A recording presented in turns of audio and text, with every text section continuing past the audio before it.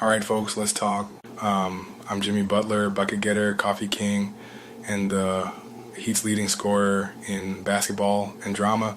Yeah, let's tackle these questions before Riley sends another trade rumor to Shams. First question, Jimmy, how do you feel about getting suspended by the Heat? Oh, it's just fantastic. Nothing boosts team morale quite like suspending your best player. Look, I understand the optic. Riley wanted to send a message.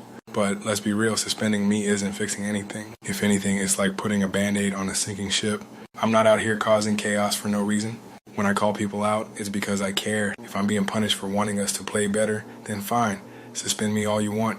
But don't act like I'm the bad guy just because I have higher standards than everyone else. And honestly, suspending me doesn't make Heat culture look strong. It makes it look insecure. Second question, Jimmy, where do you want to go now that things are falling apart with the Heat?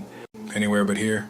I'm dead serious. Houston, and I bring Big Face Coffee to H-Town, team up with Jalen Green, and we light up the scoreboard. Phoenix and Clonos, oh, that's an easy fit. I'd let Katie and Book do their thing while I lock up everyone else. Dallas, me and Luca would be the best duo since peanut butter and jelly. The truth is, I want to be somewhere that values me, somewhere that doesn't need me to be the scorer, the leader, the defender, the therapist, and the marketing team all at once. I love Miami, don't get me wrong, but the drama is starting to outweigh the palm trees. If they're not going to appreciate what I bring, I'll find someone who will. Third question, Jimmy, what are your thoughts on Pat Riley? Okay, Pat, he's a legend, no question. The man's got more rings than a jewelry store and more stories than a library. But let's be honest, he's not exactly Mr. Warm and Fuzzy. Pat's the kind of guy who will tell you to run through a brick wall and then critique your sprint speed. I respect him, but sometimes I think he's stuck in the 90s. He still talks about Heat culture like it's the holy grail, but let's be real, Heat culture isn't what's winning games.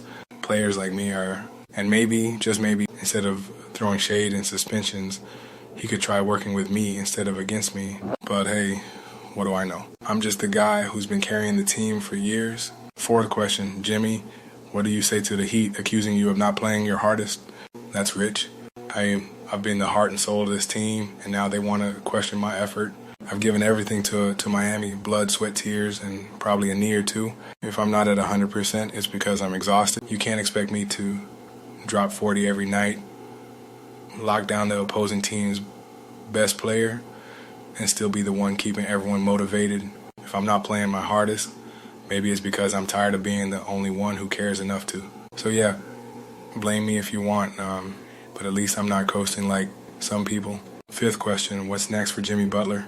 I said next, a new team, a fresh start, and maybe a place where I can just focus on basketball instead of babysitting egos.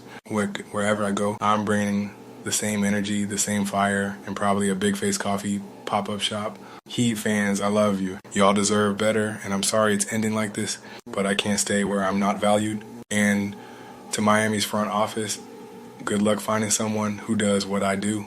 Just don't act surprised when I'm dropping 40 on y'all next season. To the doubters, the critics, and anyone who thinks I'm not worth the trouble, keep watching. This video is AI generated and meant for laughs.